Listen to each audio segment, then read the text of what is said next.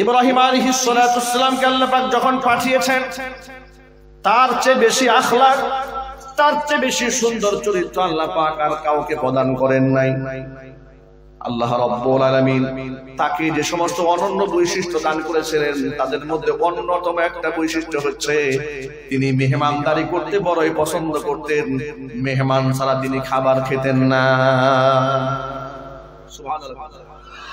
আমাদের পিতা ইব্রাহিম আলাইহিস সালাতু ওয়াস সালামের আখলাক ছিল দস্তরখানায় মেহমান ছাড়া তিনি খাবার খাওয়া পছন্দ করতেন না। আর আমাদের অভ্যাস হচ্ছে মেহমান দেখলে একেবারে আমাদের মেজাজটা খারাপ হয়ে যায়। কথা বলে না, ঠিক কিনা বলে? মেহমান দেখলে আমাদের কি হয়ে যায়? মেজাজ খারাপ হয়ে যায়। আর ইব্রাহিম আলাইহিস সালাতু ওয়াস সালামের এটা একটা বড় মেজাজ ছিল, তবিয়ত ছিল। মেহমান না থাকলে রাস্তাঘাট থেকে লোক ডেকে ডেকে বাড়ির দস্তরখানায় বসাই দিত। রিজিকের মালিক কে? সবাই বলে না রিজিকের মালিক কে? একবার যে লোকটা মানুষকে মেহমানদারি করাতে এত ভালোবাসেন, পছন্দ করেন, তার কাছে বেশ কিছু লোক এসছে, অপরিচিত, তিনি চেনেন না, এদের কাউকে চেনেন, কিন্তু দেখতে এত সুন্দর, চাঁদের মতো ফুটফুটে চেহারা। কিছু মেহমান আসছে বাড়িতে, সেই মেহমানদেরকে তিনি চেনেন না। মেহমানরা এসে সালাম দিয়েছে, মেহমানদেরকে তারাও সালাম দিয়েছে, সালামের আদান প্রদান হয়েছে। তাদেরকে ঘরের মধ্যে বসিয়ে ইব্রাহিম আলাইহিস সালাতু ওয়াস সালাম সাথে সাথে একটা ছোট বাছুর জবাই করে একেবারে গরুর গোশত ভুনা করে মেহমানের সামনে উপস্থাপন করেছে। অভ্যাস হচ্ছে মেহমানদারি করা, মেহমানের মনোরঞ্জন করা, এটা তিনি দারুণ ভালোবাসতেন। কিন্তু বিপত্তি ঘটলো অন্য জায়গায়। এই মেহমান যখন খানা খেতে বসছে, এত খাবার দেওয়ার পরে এই মেহমান খাবার স্পর্শ করেন, লা তাসিলু ইলাইহি আইদিহিম, এদের খাবার দিকে হাত যায় না। ইব্রাহিম আলাইহিস সালাম খুব ঘাবড়ে গেলেন। আবার তৎকালীন যুগের নিয়ম ছিল এটা, যদি মেহমানদারি গ্রহণ করে আপনি বুঝে নেবেন সে আপনার বন্ধু, আর মেহমান যদি মেহমানদারি গ্রহণ না করে তাহলে বুঝবেন সে আপনার শত্রু। এখন ইব্রাহিম আলাইহিস সালাতু ওয়াস সালাম এদের আচরণে বিরাট ঘাবড়ায় গেলেন। ব্যাপারটা কি? এত সুন্দর খাবার এদের সামনে উপস্থাপন করেছে, এরা খাবার ধরে না কেন? দেখেন এই বিষয়টি কোরআনে কারীম আল্লাহ পাক কিভাবে তুলে ধরেছেন, বিষয়বস্তু সামনে লেখা আছে। আল্লাহ রাব্বুল আলামিন সূরা হুদের 69 নম্বর আয়াতের মধ্যে ঘোষণা করছেন, ওয়ালাকাদ জাআত রুসুলুনা ইব্রাহিমা বিল বুশরা ক্বালু সালামা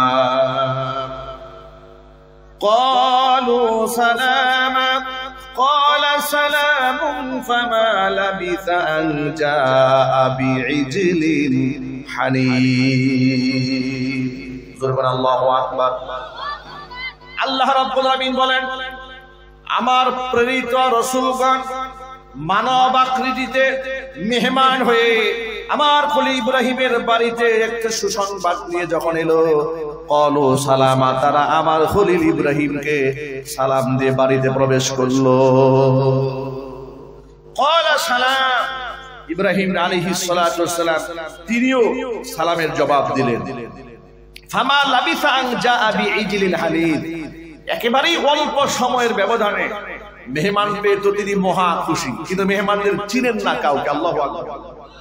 আচ্ছা, অপরিচিত মেহমানদের জন্য আমরা কেউ খাবার পাকাবো? আপনি চেনেন না, জানেন না, এমন একটা লোক আপনার বাড়িতে এসেছে, পরিচয় নাই, আপনি কি তাকে বসাইয়া আগে খাবার দাবার দেবেন? কিন্তু ইব্রাহিম আলাইহিস সালাতু ওয়াস সালাম মেহমানদের প্রতি কতটা ভালোবাসা থাকলে পরিচয় নেওয়ার আগেই আল্লাহ বলছেন, ফামা লাবিসা আন জাআ বিইজলিন হানিদ, একেবারেই স্বল্প সময়ের মধ্যে বাছুর একটা জবাই দিয়ে বলছে, আমার বাড়িতে মেহমান আসছে, আর এক সেকেন্ড সময় নেই, তাড়াতাড়ি বাছুর জবাই করে। বাছুর জবাই করে গরুর গোশত ভুনা করে মেহমানের সামনে পরিচয় জানার আগে উপস্থাপন করে দিয়েছে। চিল্লায় এখন আল্লাহু আকবার। বিপত্তি ঘটলো এখানে। ফালাম্মা রাআ আইদিয়াহুম লা তাসিলু ইলাইহি নাকিরাহুম ওয়া আওজাসা মিনহুম খীফা। কিন্তু মজার ব্যাপার হলো, মেহমানের সামনে এত সুন্দর গোশত ভুনা দেওয়ার পরেও ইব্রাহিম আলাইহিস সালাম তাকায় দেখেন মেহমান গোশতে কেউ হাত দেয় না। এখন এই বিষয়টি তার কাছে খুব খটকা লেগেছে, কি মেহমান কি আমার কোন শত্রু নাকি, এরা খাবার ধরে না কেন? কোরআনে কারিমে বলছেন, আল্লাহ রাব্বুল আলামিন বলছেন নাকিরাহুম, তিনি এদের এই আচরণটাতে খুব বিস্মিত হলেন, তার কাছে খটকা লাগলো, বিষয়টি তার কাছে অপছন্দ হলো। লোকদেরকে তিনি অপরিচিত মনে করলেন। আও জাসামিনহুম খিফা, এদের আচরণে তিনি একটু ভয় পেলেন, শঙ্কা অনুভব করলেন যে এরা আমার কোনো ক্ষতি করে নাকি। যখন উপস্থিত মেহমানরা বুঝতে পেরেছে যে নবী তো আমাকে দেখে ভয় পাচ্ছে, তার কণ্ঠের আওয়াজ চেঞ্জ হয়ে গেছে, চেহারা মলিন হয়ে গেছে, আমরা কেন খাবার খাচ্ছি না? আচ্ছা প্রিয় বন্ধুগণ, আপনারা এক বাক্যে জবাব দিয়ে বলেন তো, ফেরেশতারা কি খাবার খায়? এদের কোনো খাবার খাওয়ার কোনো প্রয়োজন আছে? আল্লাহু আকবার বলেন। এখন এরা নিজেরা যখন বুঝতে পেরেছে নবী তো ভয় পাচ্ছে, তারা তখন ঘোষণা দিয়ে বলল, ক্বালু লা তাখাফ, ইব্রাহিম আপনি ভয় পাবেন না, আপনি আমাদেরকে মানুষ মনে করেছেন, ইন্না উরসিলনা ইলা কাওমি লূত, আপনি ভয় পাবেন না, আমরা আপনার রবের পক্ষ থেকে প্রেরিত ফেরেশতা মানুষের সুরতে আগমন করেছি। তবে এমনি এমনি আসে নাই, দুইটা টার্গেট নিয়ে দুইটা কাজ হাতে নিয়ে আসছে। একটা কাজ হচ্ছে আপনাকে দেব একটা সুসংবাদ, আর কওমে লূতের জন্য আছে একটা দুঃসংবাদ। দুইটা কাজ, দুইটা মিশন নিয়ে আমরা দুনিয়াতে এসেছি। কয়টা মিশন নিয়ে? দুইটা মিশন নিয়ে। প্রথমত আমি আপনাদেরকে একটা সুসংবাদ দেব, সেই সুসংবাদটা হচ্ছে আল্লাহ রাব্বুল আলামিন আপনাদেরকে একটি পুত্র সন্তানের সুসংবাদ দিচ্ছেন। সুবহানাল্লাহ, বাড়ি গিয়ে বলেন। এই কথা শুনে তার স্ত্রী অর্থাৎ সারা, তিনি পেছন থেকে কথাটা শুনতে পেয়েছেন, তিনি শুনে হেসে ফেলেছেন যে এটা কেমন কথা হলো, আমার বয়স হয়ে গেছে, আমি বুড়ি হয়ে গেছি, আর আমার স্বামী ইব্রাহিম তিনি বুড়া হয়ে গেছে, বেশ বয়স, একেবারে থুরথুরা বুড়া, তো তিনি হবেন বাবা, আমি হব মা এই বয়সে, তাও আমি একটা বন্ধা নারী, এটা কি করে সম্ভব? কোরআনের ভাষায় শোনায়। কোরআনে কারিমের মধ্যে আল্লাহ বলছি, وامرأته قائمة فضحكت فبشرناها بإسحاق। প্রথমত সকলেই তো ভয় পেয়ে গিয়েছিল, ইব্রাহিম আলাইহিস সালাম ভয় পেয়ে গেলেন, মেহমান আমার খাবার খায় না, খাবার স্পর্শ করে না। এখন স্বামী যদি ভয় পায়, স্ত্রীর ভয় পাওয়ার কারণ আছে না নাই? স্ত্রী তো আরো ভয় পেয়ে যায়, মহিলা মানুষ, তাদের মন আরো দুর্বল, তিনি অস্থির হয়ে গেলেন। কিন্তু যখন তিনি শুনতে পেলেন যে তারা বলছে আমরা মানুষ নই, মানুষের সুরতে আমরা ফেরেশতা আগমন করেছি, তিনি আনন্দিত হয়েছে। এই আনন্দের মধ্যে তারা তাকে আরেকটা নতুন আনন্দের সংবাদ শোনায় দিল, ফাবাশশারনাহা বিইসহাক ওয়া মিন ওয়ারাই ইসহাক ইয়াকুব, আমি সাথে সাথে তাকে সুসংবাদ দিলাম একটি পুত্র সন্তানের ইসহাক, এবং তারও একটা সন্তান হবে, তার নাম হবে ইয়াকুব।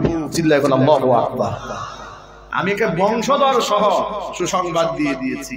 এই কথা শোনার পরে সারা কি জবাব দিচ্ছে? কোরআন থেকে শুনে আল্লাহ রাব্বুল আলামিন বলেন, ইব্রাহিম আলাইহিস সালাতু ওয়াস সালামের স্ত্রী সারা জবাব দিয়ে বলছে, ক্বালাত ইয়া ওয়াইলাতা আলিদু ওয়া আনা আজুজু ওয়া হাদা বা'লি শাইখা ইন্না হাদা লাশাইউন আজীব। কি ব্যাপার? আলিদু, আমি দেব, আমি করব সন্তান প্রসব, ও আনা আজুজুন, আমি বললাম একটা বুড়ি মহিলা, ওয়াহাদা বা'লি শাইখা, আর আমার স্বামী তো আরো দূরে বুড়া, এই বুড়া আর বুড়ির গর্ভে সন্তান হবে, এটা ইন্না হাদা লাশাইউন আজীব, এটা বড় বিস্ময়কর একটা কথা, আশ্চর্যজনক ঘটনা। কথা বলেন না, ঠিক কিনা বলেন? বড় অবাক কাণ্ড এটা।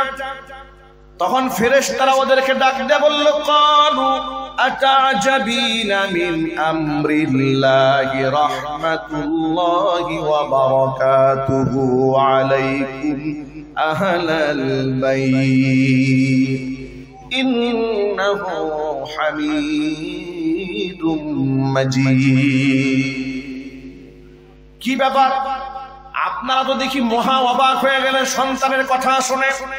আতাজাবিনা মিন আমরিল্লাহ, আপনারা কি আল্লাহর সিদ্ধান্তে অবাক হয়ে যাচ্ছেন নাকি, বিস্মিত হচ্ছেন নাকি?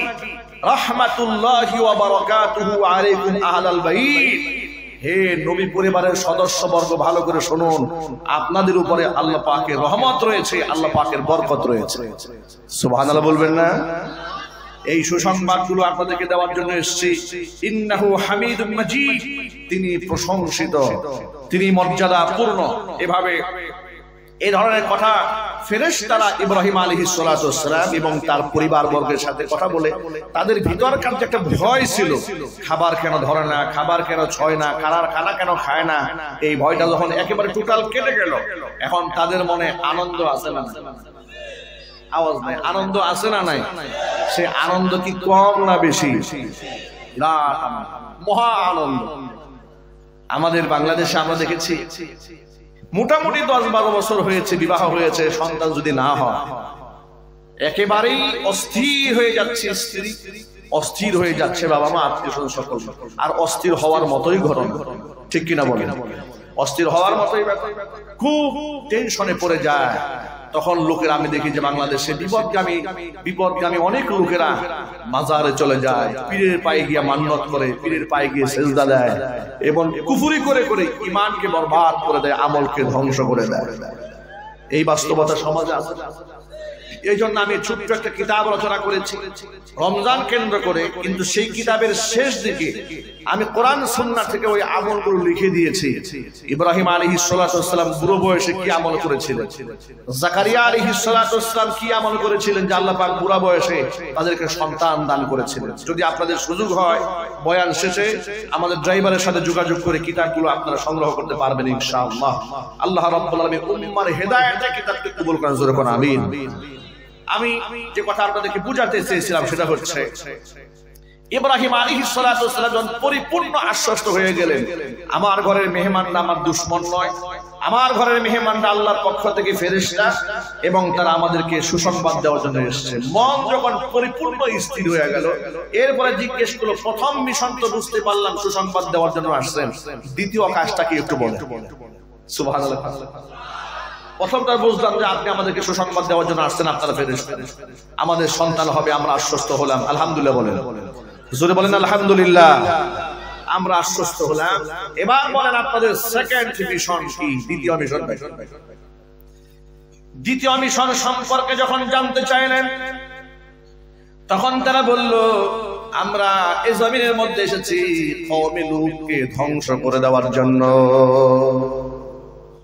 আপনাদেরকে জানিয়ে রাখি, লূত আলাইহিস সালাতু ওয়াস সালাম হচ্ছেন ইব্রাহিম আলাইহিস সালাতু ওয়াস সালামের ভাতিজা।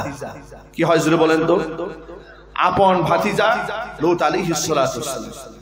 ইব্রাহিম আলাইহিস সালাতু ওয়াস সালাম যখন ব্যাবিলন থেকে হিজরত করে কেনানে চলে আসেন, অর্থাৎ এটা হচ্ছে ইরাকে যখন ইব্রাহিম আলাইহিস সালাতু ওয়াস সালাম চলে আসেন, তখন তার সাথে তার এই ভাতুষপুত্র ভাতিজা লূত আলাইহিস সালাতু ওয়াস সালাম, তিনিও তার হাতে ইসলাম ধর্ম গ্রহণ করে তিনিও ইব্রাহিম আলাইহিস সালাতু ওয়াস সালামের সাথে কেনানে ইরাকে চলে আসেন। সেখানে তিনি বেড়ে ওঠেন, বড় হন, উপযুক্ত যখন তিনি হন, আল্লাহ পাক তাকে নবুয়ত দান করে ধন্য করেন। চিল্লায় কোন আল্লাহু আকবার। লূত আলাইহিস সালাতু ওয়াস সালামকে আল্লাহ পাক নবুয়ত দান করার পরে কওমে সামুদ গোত্রের কাছে আল্লাহ পাক তাকে পাঠান নবী হিসেবে। কওমে সামুদ গোত্রের লোকদের মধ্যে তাদের অঞ্চলের বিশেষ একটা অংশের মানুষেরা দুইটা জঘন্যতম পাপাচারে নিমজ্জিত ছিল। এক নাম্বার পাপাচার হচ্ছে, তারা ছিল মুশরিক, মূর্তি পূজারী। আল্লাহ পাক তাদেরকে আল্লাহকে চেনার জন্য, তাওহীদকে বোঝাবার জন্য লূত আলাইহিস সালাতু ওয়াস সালামকে দায়িত্ব দিলেন। নবী লূত আলাইহিস সালাতু ওয়াস সালাম আল্লাহর একাত্মবাদের দাওয়াত নিয়ে কওমে লূতের কাছে গেল, ওই অঞ্চলের মানুষের কাছে গেল। এক নাম্বার। দুই নম্বর হচ্ছে, তাদের মধ্যে আরেকটা জঘন্য পাপ ছিল, সেই পাপ হচ্ছে হোমোসেক্স বা সমকামিতা। পুরুষকে ব্যবহার করত জৈবিক চাহিদা পূরণ করার জন্য।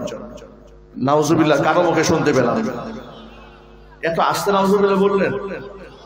এই জঘন্য দুটা পাপাচার থেকে জাতিকে সতর্ক করার জন্য লূত আলাইহিস সালাতুস সালামকে আল্লাহ পাক সামুদ গোত্রের মানুষের কাছে পাঠালেন এদেরকে হেদায়েতের কথা শোনাবার জন্য।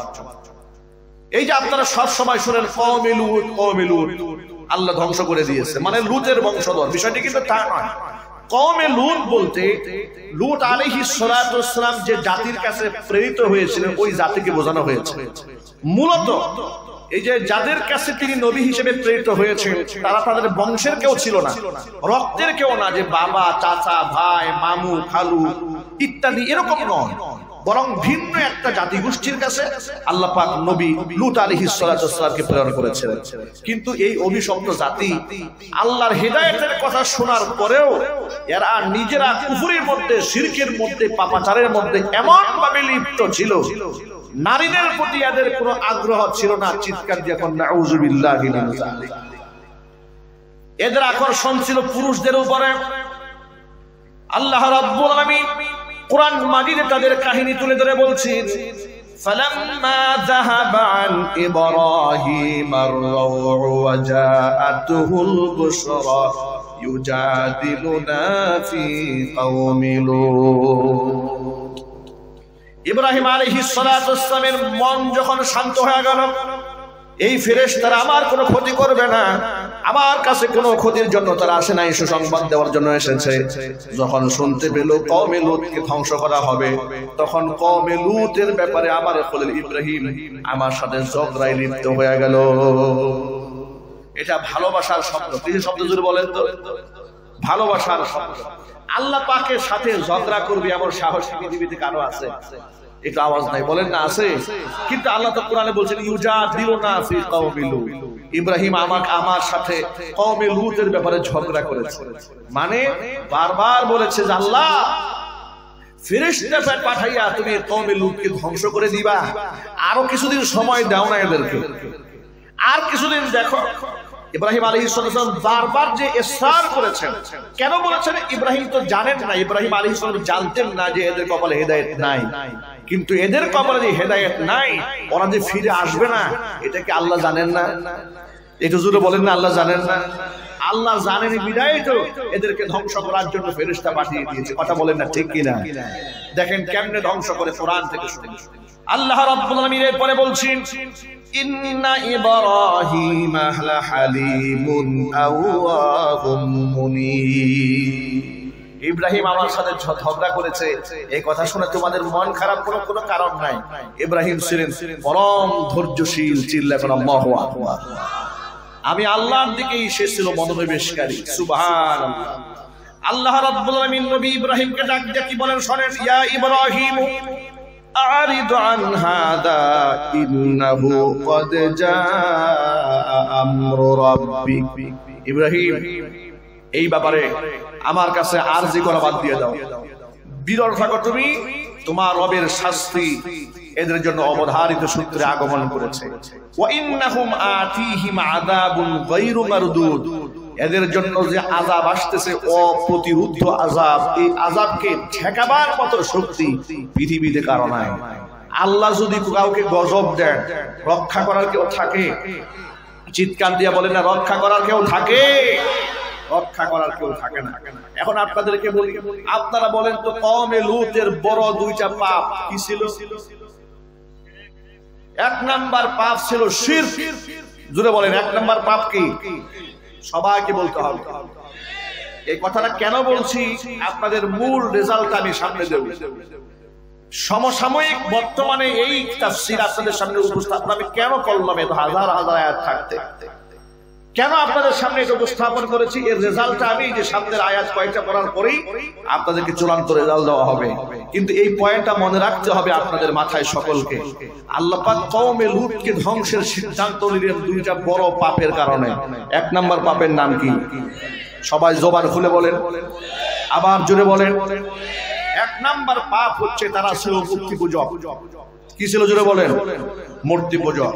দুই নাম্বার পাপের নাম কি? সমকামিতা। সমকামিতা কাকে বলে? গ্রামের সাধারণ মানুষ অনেকে বুঝবে না। ইংরেজিতে এটাকে বলা হয় হোমোসেক্স, বাংলায় বলা হয় সমকামিতা। এটাকে আপনার যদি একেবারে খোলামেলা বলা হয় তাহলে জৈবিক চাহিদা পূরণ করার জন্য পুরুষ হয়ে পুরুষকে ব্যবহার করত, যে কাজ এই পৃথিবীর কোনো কুকুরেও করে না। কথাটা আওয়াজই নাই আপনার, এই অপারেটর একটা আওয়াজ দেন না, মাইকের দেখে আওয়াজই নাই, কি ব্যাপার? একেবারে মুখ ঝুঁকাই দেওয়ার পরেও তো আওয়াজ হচ্ছে না মাইক। আপনারা বলেন কওমে লূত যে দুইটা ভয়ঙ্কর পাপের কারণে ধ্বংস হতে যাচ্ছে, এক নাম্বার পাপের নাম কি? শিরিক। দুই নাম্বার পাপের নাম কি? সমকামিতা। যে অন্যায় কুকুরও করে না, একটা কুকুরও তার জৈবিক চাহিদা পূরণ করার জন্য নারী কুকুরকে বেছে নেয়। কথা বলেন না, ঠিক কিনা বলেন? আর এরা জৈবিক চাহিদা পূরণ করার জন্য পুরুষ হয়েই তারা পুরুষকে বেছে দিত। এই জঘন্য পাপাচারের কারণে আল্লাহ পাক এদেরকে গজব দিয়ে ধ্বংস করার সিদ্ধান্ত গ্রহণ করেছেন। বলেন নাউযু বিল্লাহি মিন যালিক।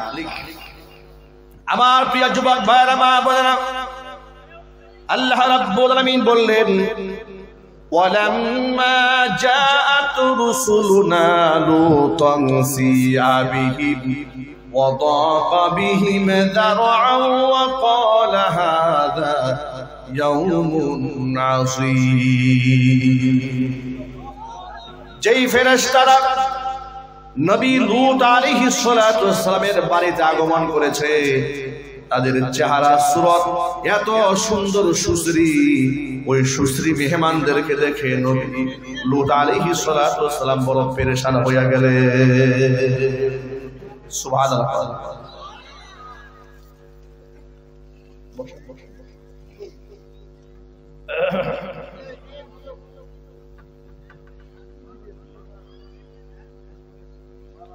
সভাপতি সাহেব বসেন, বসেন, আমি দিচ্ছি, বসেন। প্রধান অতিথি আসছেন না, এই বিষয়ে বসেন। মাশাআল্লাহ, এক ইয়াং মানুষ, মাশাআল্লাহ, উপজেলা চেয়ারম্যান সাহেব। আমার ডান পাশে বসে আছেন উপজেলা চেয়ারম্যান সাহেব। এবং কয়জন নবীর কাছে এসেছেন সব ভুলে গেছেন। কোরআনে তাফসীর মাহফিলে তো একটু কথা মনে রাখতে হবে। দুইজন নবীর কাছে এসেছেন। কয়জন? একজন নবীর নাম হচ্ছে ইব্রাহিম আলাইহিস সালাতু ওয়াস সালাম, আরেকজনের নাম হচ্ছে লূত আলাইহিস সালাতু ওয়াস সালাম। ইব্রাহিম আলাইহিস সালাতু ওয়াস সালামের কাছে এসেছেন তারা একটা সুসংবাদ নিয়ে, আর লূত আলাইহিস সালাতু ওয়াস সালামের কাছে এসেছেন তারা একটা দুঃসংবাদ নিয়ে। কি নিয়ে জোরে বলুন? দুঃসংবাদ। ইব্রাহিম আলাইহিস সালাতু ওয়াস সালামের সুসংবাদ হচ্ছে তার সন্তান হবে, তার বন্ধা স্ত্রীর গর্ভে পুরা বয়স আল্লাহ একটা ছেলে সন্তান দান করবেন। ছেলে সন্তানের নাম হচ্ছে ইসহাক আলাইহিস সালাতু ওয়াস সালাম, এবং তার ঘরে আরেকটা পুত্র সন্তান হবে, তার নাম হবে ইয়াকুব আলাইহিস সালাতু ওয়াস সালাম। এই পর্ব চলে গেল। এখন প্রথম পর্ব শেষ, সেকেন্ড পার্ট শুরু। সুসংবাদের পর্ব শেষ, দুঃসংবাদের পর্ব শুরু। দুঃসংবাদ নিয়ে যাদের কাছে এসেছেন কওমে লূতের কাছে, তাদের দুইটা বড় পাপের কারণে আল্লাহ পাক এদেরকে ধ্বংস করে দেওয়ার সিদ্ধান্ত গ্রহণ করেছেন। এক নাম্বার বড় পাপের নাম হচ্ছে শিরক, দুই নাম্বার বড় পাপের নাম হচ্ছে সমকামিতা। সমকামিতা এমনই একটি জঘন্য পাপাচার যা এই পৃথিবীতে সর্বপ্রথম এই কওমে লূতের লোকেরাই এই পৃথিবীতে প্রথম শুরু করেছিল। ঘৃণার সাথে বলেন নাউযু বিল্লাহি মিন যালিক। কওমে লূতের লোকেরা এই পাপাচারের সাথে জড়িয়ে যাওয়ার পরে আল্লাহ পাক এদেরকে ধ্বংস করার জন্য কি একটা পলিসি অবলম্বন করলেন দেখেন। আল্লাহ রাব্বুল আলামিন তো এদের মনের ভিতরকার অবস্থা খুব ভালো করেই জানেন। কথা বলেন ঠিক কিনা? এই জন্য মানুষের আকৃতিতে যে ফেরেশতারা নবী লূত আলাইহিস সালাতু ওয়াস সালামের কাছে এসেছে, এদের চেহারা অবয়ব এমন সুঠাম, এত সুন্দর আকৃতির তারা লূত আলাইহিস সালাতু ওয়াস সালামের বাড়িতে যখন তারা ঢুকেছে, নবী লূত তো প্রথম বুঝতে পারেন নাই ইব্রাহিম আলাইহিস সালাতু ওয়াস সালামের মতো যে এরা কি ফেরেশতা কিনা, মনে করেছে মানুষ। একেবারেই পরিপূর্ণ মানুষের সুরতে সুপুরুষের আকৃতিতে নবী লূত আলাইহিস সালাতু ওয়াস সালামের বাড়িতে তারা আসছে। কিন্তু আসা মাত্র নবী লূত আলাইহিস সালাতু ওয়াস সালাম খুব পেরেশান হয়ে গেলেন। এই কথা চিন্তা করে যে সমাজের মধ্যে স্বাভাবিক পুরুষের প্রতি এই জাতের লোকদের যে আকর্ষণ, আর এত সুন্দর সুদর্শন চেহারার মেহমান আসছে আমার বাড়িতে, এই সংবাদ যদি কোনোভাবে আমার কওমের লোকের কানে যায়, তাহলে কওমের লোকের সবগুলো আমার বাড়িতে হানা দেবে। এই টেনশনে তার মাথা নষ্ট হয়ে গেছে। এই কথাগুলো আমার বানানোর কথা নয়, কোরআনে কারীম থেকে আপনাদেরকে শোনাচ্ছি। আল্লাহ রাব্বুল আলামিন বলেন, ওয়ালাম্মা জাআত রুসুলুনা লুতান সিআ বিহিম ওয়া দাqa বিহিম দারআ ওয়া ক্বালা হাযা ইয়াউমুন আসীর। যখন তারা আমার রাসূলগণ লূতের বাড়িতে এলো তার কাছে, লূত আলাইহিস সালাম এই মেহমানদেরকে দেখে তিনি বড় চিন্তাগ্রস্ত হয়ে গেলেন। দুশ্চিন্তায় তিনি বললেন, হাদা ইয়াউমুন আসীর, আরে আজকের দিন তো বড় ভয়াবহ বিপদের দিন হয়ে দাঁড়ালো আমার জন্য। আমি এই মেহমানদেরকে কেমনে আড়াল করে রাখবো? আমার এই নিকৃষ্ট অমানুষ আমার কওমের লোকদের দৃষ্টির আড়াল করে কি করে রাখবো? তিনি বড় পেরেশান হয়ে গেলেন। এই নবীর ঘরে অবস্থান করছে তার স্ত্রী লূত আলাইহিস সালামের স্ত্রী, কত বড় নাফরমান। আল্লাহ নবীর স্ত্রী হওয়ার পরেও কপালে হেদায়েত জুটে নাই। এই স্ত্রী কি করলো? ঘর থেকে বের হয়ে কওমের লোকদের কানে কানে আওয়াজ দিয়ে দিল যে তোমরা যে ধরনের বিষয়কে পছন্দ করো, তোমরা তো পুরুষদেরকে চাও বলে, হ্যাঁ আমরা এদেরকে খুব পছন্দ করি, তুমি তো ভালো করেই জানো।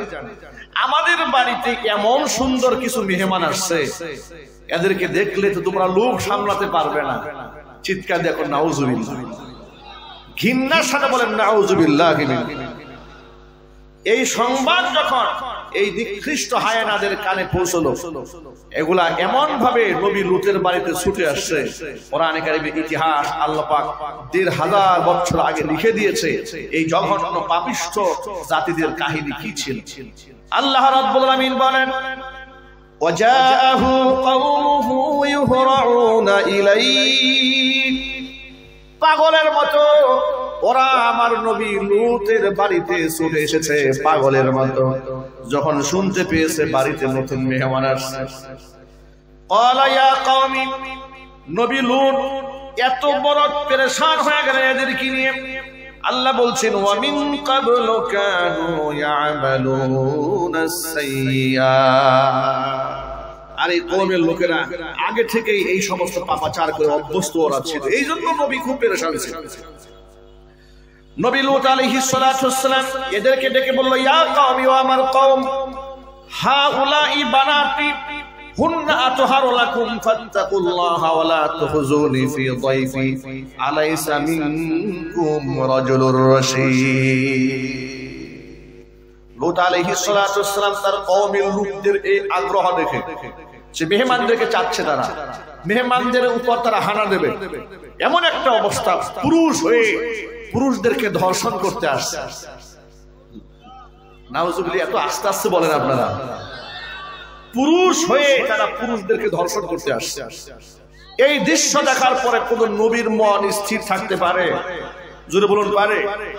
তিনি বললেন, হাউলাই বানাতি হুন্না আতহারু লাকুম, ও আমার এলাকার লোকেরা, তোমাদের ঘরে যে তোমাদের স্ত্রী, এরা তো আমার মেয়ে। সুবহানাল্লাহ।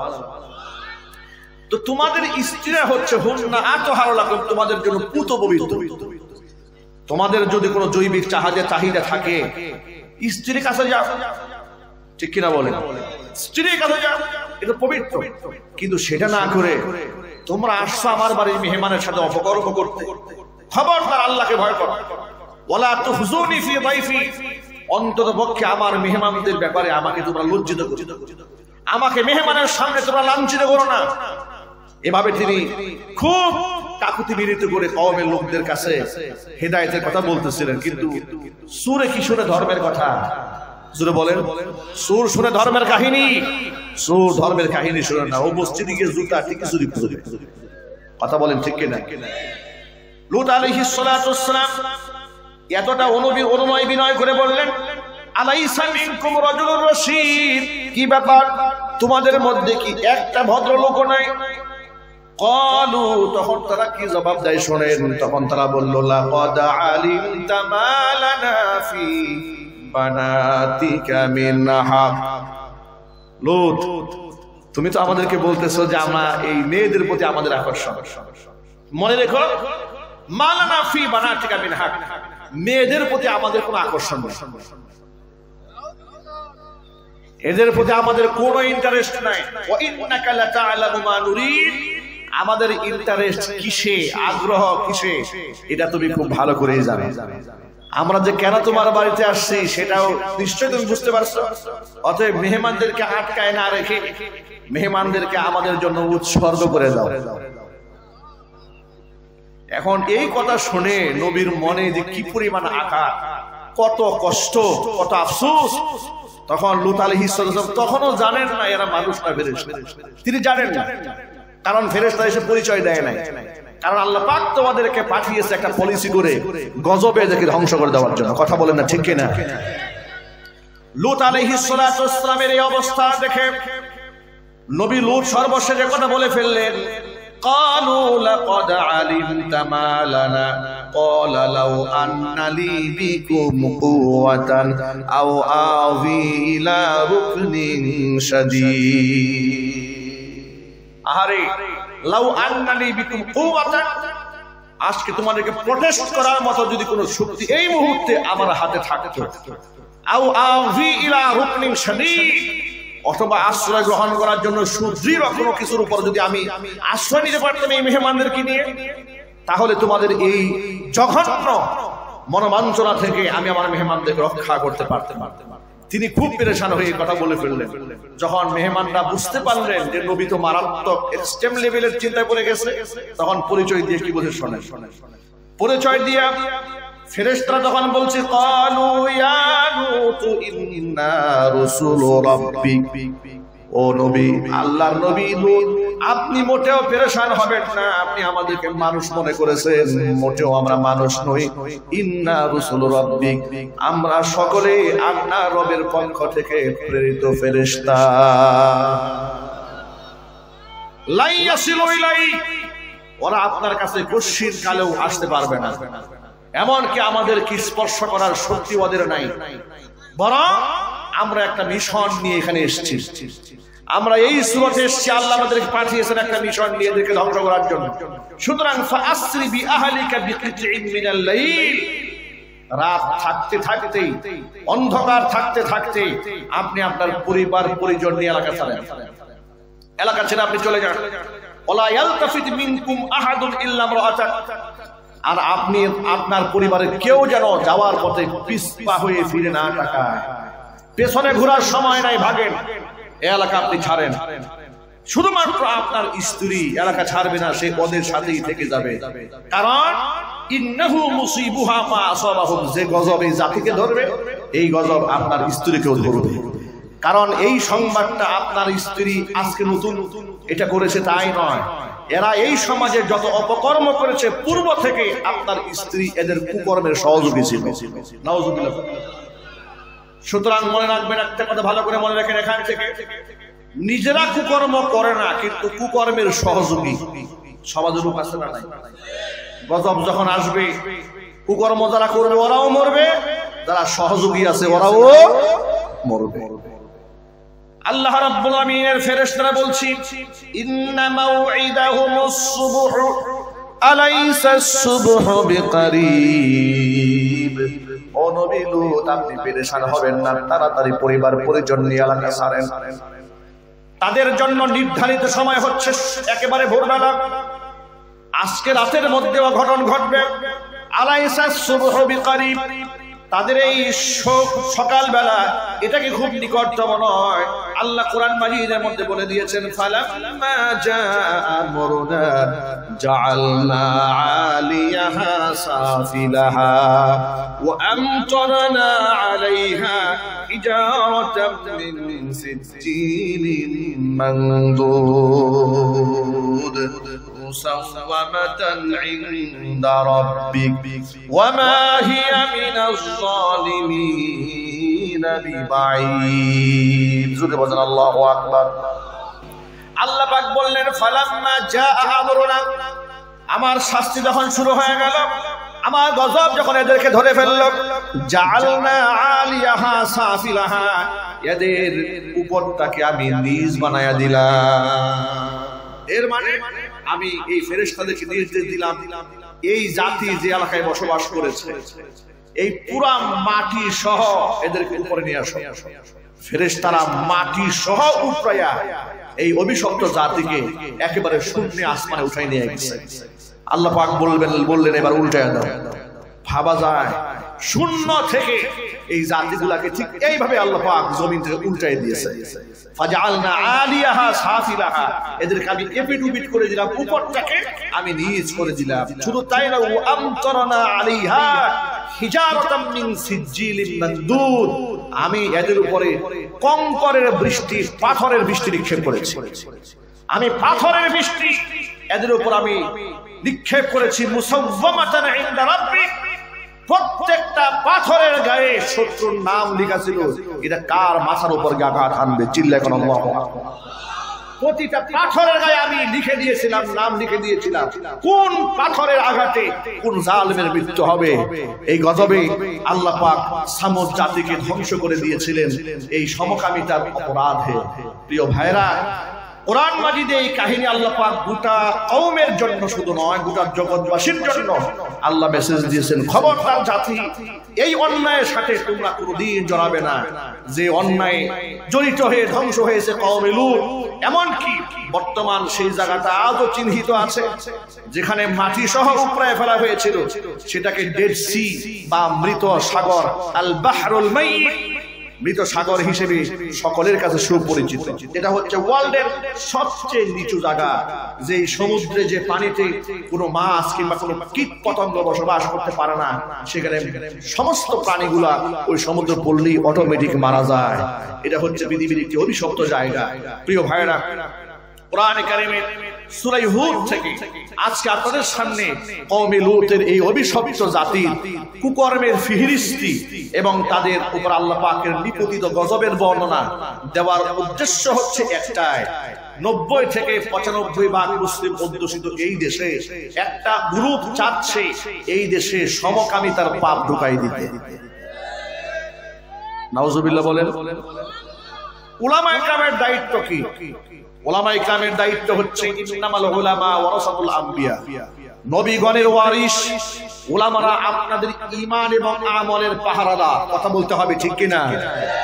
আমাদের মুসলমানদের দেশে সমকামিতার মতো কওমে লূতের অভিশপ্ত কর্মকাণ্ড বাংলার মাটিতে ঢুকবে কিংবা ঢুকানো হবে, এটাকে আমরা বরদাস্ত করতে পারবো? একটু জোর আওয়াজে বলতে হবে, পারবো? পারবো না।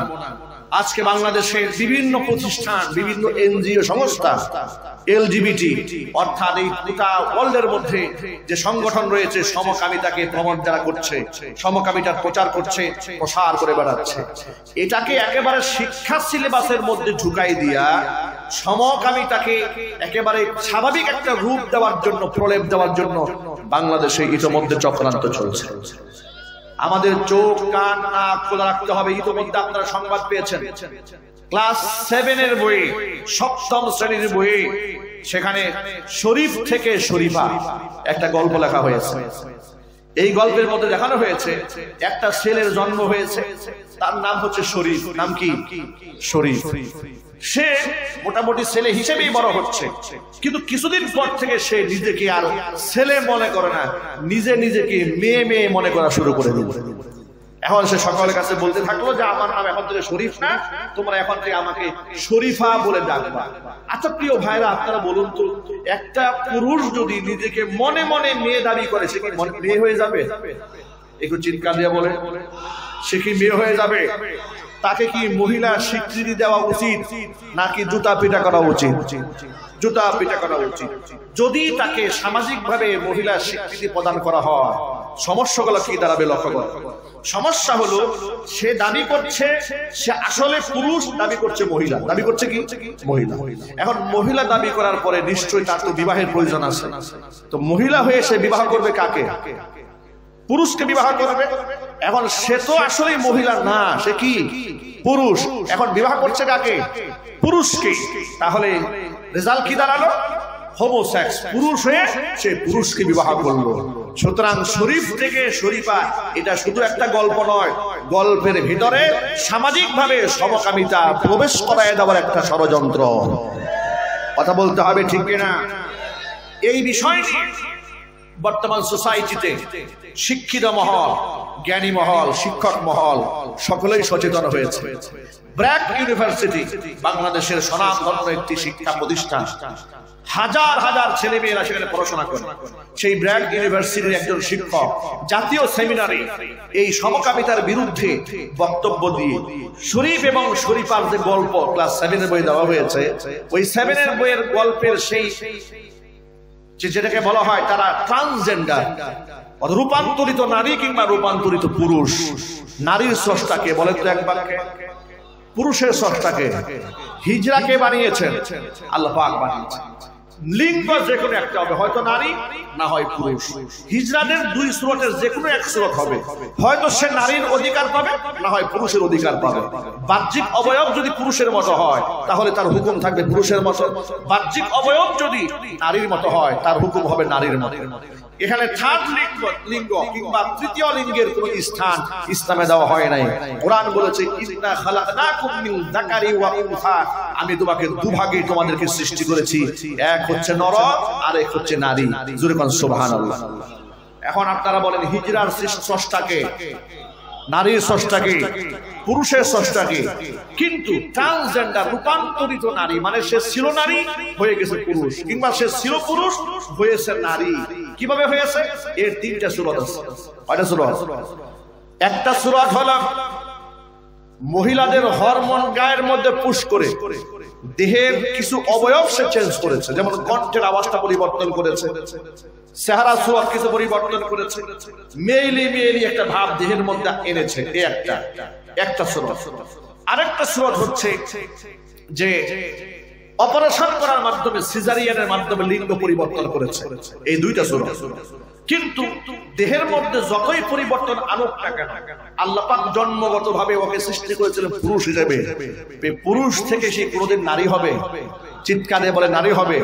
যদি আপনি বিতর্কের খাতিরে 1 সেকেন্ড ধরেই লাভ যে সে নারী হলো, আল্লাহর কসম গোটা পৃথিবীর সব ডাক্তাররা মিলেও পুরুষ থেকে নারীতে রূপান্তরিত ব্যক্তির গর্ভে কি একটা বাচ্চা ফুটাতে পারবে?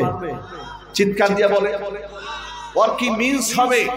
হবে না। এর মানে আল্লাহর সৃষ্টি নৈপুণ্যের মধ্যে এটা একটা কত বড় মারাত্মক বিকৃতি, এটা কত বড় উন্মাদনা, এটা কত বড় পাগলামি।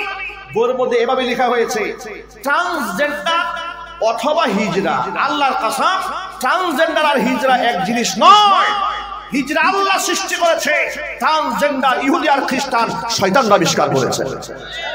আজকে সেই ট্রান্সজেন্ডারের বিরুদ্ধে কথা বলার কারণে আসিফ নামক এক শিক্ষককে ব্র্যাক ইউনিভার্সিটি তার শিক্ষাঙ্গন থেকে বিতাড়িত করেছে সমকামিতার বিরুদ্ধে বক্তব্য দেওয়ার কারণে। আপনি হয়তো মনে মনে অবাক হচ্ছেন, মুসলমানদের দেশে আবার সমকামী আছে নাকি? মুসলমানদের দেশে সমকামী আছে না নাই সেটা তো আপনারা বুঝতে পেরেছেন যে বাংলাদেশে আইন করার জন্য পায়তারা চলছে যে যারা সমকামী হবে কিংবা ট্রান্সজেন্ডার হবে এদেরকে সামাজিকভাবে স্বীকৃতি প্রদান করা হবে। ঘৃণার সাথে বলেন নাউজুবিল্লাহ। এখন আপনারা বলেন আপনার কোন ছেলে যদি কয়েকদিন পরে বলে যে আমি এখন থেকে মেয়ে, মানবেন? যদি আপনার কোন মেয়ে কদিন পরে বলে আমি এখন থেকে ছেলে, মানবেন? এর মাধ্যমে সামাজিক অশান্তি তৈরি হবে, বিশৃঙ্খলা তৈরি হবে, সমাজের মধ্যে জেনা, ব্যভিচার, ধর্ষণ, লুটপাট, মারামারি, হিংসা, জিঘাংসার আগুন দাও দাও করে জ্বলতে থাকবে। কথা বলতে হবে, ঠিক কিনা? পাপের স্বর্গরাজ্যে পরিণত হবে বাংলাদেশ, যেটা আমরা মুসলমানরা কোনোদিন হতে দেব না। আমরা কি এটা হতে দেব? চিৎকার দিয়ে বলেন, এটাকে আমরা হতে দেব? এই অন্যায়ের বিরুদ্ধে সকল মুজাহিদ মুমিন ভাইদেরকে সংগ্রাম করে যেতে হবে। আমাদের সন্তানদেরকে আমরা কোরআন শেখাবো, ইসলাম শেখাবো। হোমোসেক্স কিংবা সমকামিতার মতো জঘন্য পাপাচার অন্ততপক্ষে লক্ষ লক্ষ আলেম ওলামাদের দেশে আমরা বাস্তবায়ন করতে দেব না। আমরা বলি ইনশাআল্লাহ। রাজি আছেন কিনা? আমি দুহাত দেখতে চাই।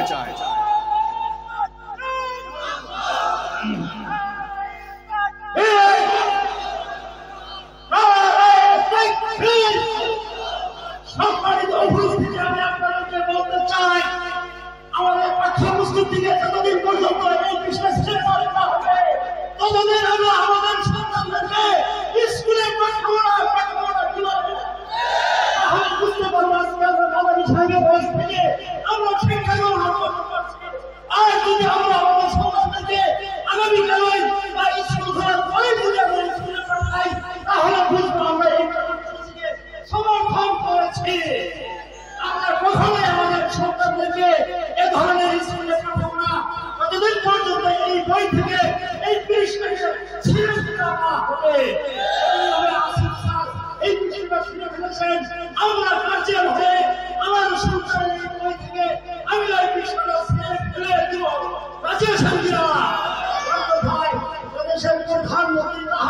বসবাস করে, যে ইসলাম অবলম্বন করে, এমন দেশের মধ্যে এইরকম ইসলাম ভিত্তিক শিক্ষা হতে পারে না। নারায়ে তাকবীর। বন্ধুগণ, শিক্ষক আসিফ তিনি একটি জাতীয় সেমিনারে ওই বইটা হাতে নিয়ে বইয়ের মাঝখান থেকে সেই গল্পটা বের করে এইভাবে টেনে তিনি পাতা দুটা ছিঁড়ে ফেলেছেন। তিনি বলেছেন যে সিলেবাসে, যে শিক্ষা সিলেবাসে আমার সন্তানকে সমকামিতা কিংবা ট্রান্সজেন্ডার শেখানো হবে, এই সিলেবাসকে আমরা মানতে পারি না। কথা বলেন ঠিক কি? আচ্ছা, এখানে আওয়ামী লীগের লোক আছে না নাই? বিএনপির লোক আছে না নাই? অন্যান্য দল যারা রাজনীতি করেন তাদের লোক আছে না নাই? কিন্তু সকলেই মুসলমান, কোন সন্দেহ আছে? চিৎকার দিয়া বলে, আওয়ামী লীগের লোকেরা কি সমকামিতা পছন্দ করবে? বিএনপির লোকেরা পছন্দ করবে? তাহলে এই দাবিটা হচ্ছে ইমানি আন্দোলন, এটা রাজনৈতিক আন্দোলন নয়। মনে রাখবেন, অনেক পাগল আছে সমাজে। সমাজে অনেক মাথা মোটা বলদ আছে, যে মাথা মোটা বলদ গুলো কালকেই বলবে চায়ের দোকানে বসে পায়খানা করে পানি নেয় না, বলবে হুজুর তোর একটা রাজনীতির ওয়াজ করে গেছে। আরে ছাগল, হুজুর যদি তোকে সতর্ক না করে তোর ঘর থেকে শরীফ নামক পুত্র সন্তান জন্মগ্রহণ করে কিছুদিন পরে হিজড়ার মতো হয়ে গায়ের মধ্যে সালোয়ার কামিজ পরে রাস্তায় বের হবে, আর তোকে পাবলিক জুতা পিটা করে দেবে। কথা বলতে হবে, ঠিক কিনা বলে? সুতরাং হিজরা কিংবা ট্রান্সজেন্ডার কিংবা সমকামিতার ব্যাপারে বাংলাদেশে রাজনৈতিক আন্দোলন গড়ে তুলতে হবে না, ইমানি আন্দোলন গড়ে তুলতে হবে। যে শিক্ষকরা বইয়ের পাতা ছিঁড়েছে তাদের সাথে একাত্মতা ঘোষণা করতে হবে। ওই বই পুস্তক থেকে সে পাতা শুধু ছিঁড়লে হবে না, যারা এর সাথে জড়িত তাদেরকে দৃষ্টান্তমূলক শাস্তির আওতায় আনতে হবে। কথা বলতে হবে, ঠিক কিনা বলেন?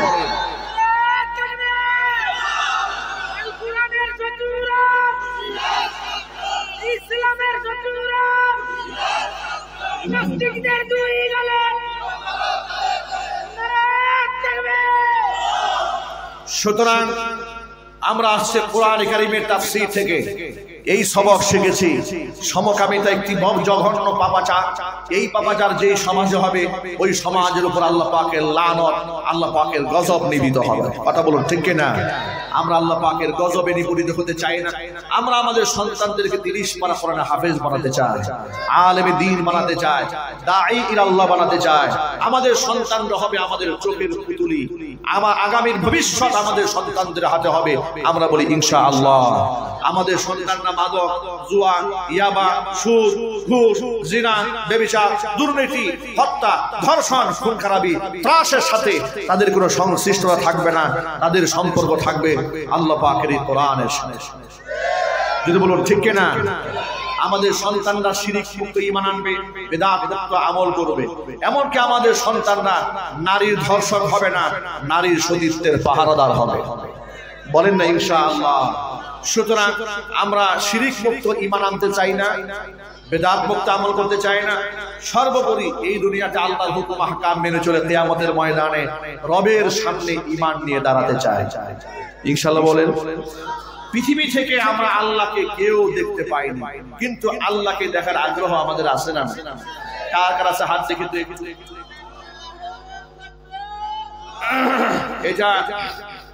এটা তখনই সম্ভব হবে যখন আমরা ঈমানের সাথে দুনিয়া থেকে বিদায় হতে পারব।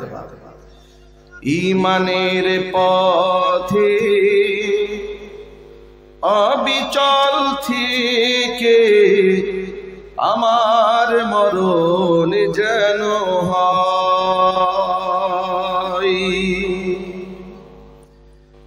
ঈমানের পথে অবিচল থেকে আমার মরণ যেন হয়। তোমারই কাছে মিনতি আমার, মহামহিম দয়াময়।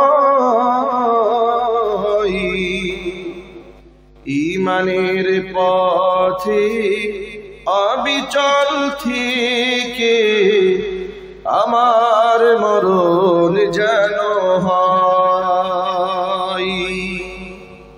ঈমানের পথে অবিচল থেকে আমার মরণ যেন হয়। সকলেই বলেন আমিন। রবের সাক্ষাৎ পাওয়া যাবে ঈমানের উপর অবিচল থেকে, দুনিয়া থেকে যদি আমরা বিদায় হতে পারি তাহলেই সম্ভব হবে। কোরআন কারীমে আল্লাহ পাক দুটা শর্ত আরোপ করেছেন রবের সাথে দেখা করা। সুবহানাল্লাহ। কোরআন মাজিদ আল্লাহ পাক বলেন, ফামান কানা ইয়ারজু লিকাআ রাব্বিহি ফালইআমাল আমালান সালিহান ওয়ালা ইউশরিক বিইবাদাতি রাব্বিহি আহাদা। কোন ব্যক্তি যদি পরকালে তার রবের সাক্ষাৎ কামনা করে, ফালইআমাল আমালান সালিহা, সে যেন ভালো কাজ করে, ওয়ালা ইউশরিক বিইবাদাতি রাব্বিহি আহাদা, সে যেন তার রবের ইবাদতের সাথে কাউকে শরীক স্থাপন না করে। এক বাক্যে বলেন, রবের ইবাদতের সাথে কাউকে শরীক করা যাবে? জোরে বলেন। আমাদেরকে ধনী বানাবার মালিক কে? আরো জোরে। ফসলে বরকত দেওয়ার মালিক কে? সন্তান দেওয়ার মালিক কে? রিজিকে বরকত দেওয়ার মালিক কে? এই জন্য সুস্থতার নিয়ামত দেওয়ার মালিক কে? কয়েকদিন আগে এক বড় লোককে বলতে শুনলাম, সে বলল, বাবার কাছে যাওয়ার আগ পর্যন্ত কোনো সম্পদ আমার ছিল না, কিন্তু বাবার কাছে যাওয়ার পরে আমার সম্পদে বরকত হয়ে গেছে। নাউজুবিল্লাহ। এই জন্য অসংখ্য লোকেরা বাবার পায়ে সেজদা দেয়, হারাম হারাম এবং কবিরা কবিরা। আপনাদের জন্য সুসংবাদ, মোনাজাত শেষ হওয়ার পরে স্টেজে বই আছে, স্টেজে বইগুলো আছে, আপনারা ইনশাআল্লাহ বাড়ি যাওয়ার সময় বইগুলো সংগ্রহ করতে পারবেন স্টেজ থেকে। এখন বইয়ের পেছনে আমার হোয়াটসঅ্যাপ মোবাইল নাম্বারটা দেওয়া আছে, সরাসরি আমার সাথে এই মাসলা নিয়ে কন্ট্যাক্ট করতে পারবেন ইনশাআল্লাহ। আপনাদেরকে আরেকটা মজার ব্যাপার বলি, যখন আপনি ঋণগ্রস্ত হন তখন পেরেশান হইয়া বাবার দরবারে মান্যতের কোনো প্রয়োজন নেই।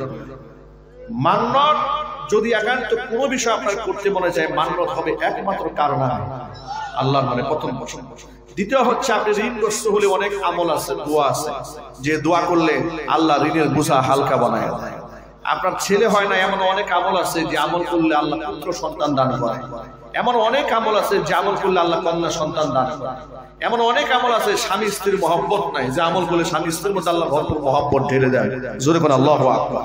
এই সব আমলগুলা এই বইয়ের একেবারে শেষ দিকে আমি কোরআন হাদিস এবং ফিকহের কিতাবের রেফারেন্স আমি লিখে দিয়েছি। এমনকি সামনে রমজান আসতেছে, এই রমজানকে কেন্দ্র করে আমার মা বোনেরা অনেক মাসআলার সম্মুখীন হন, যেহেতু পবিত্রতার কিছু মাসআলা আছে মা বোন, ঠিক কিনা বলেন? এই মাসআলাগুলো অনেকেই শরমে লজ্জায় অনেকে জিজ্ঞেস করতে চায় না, কিন্তু মাসআলাগুলো অত্যন্ত জরুরি।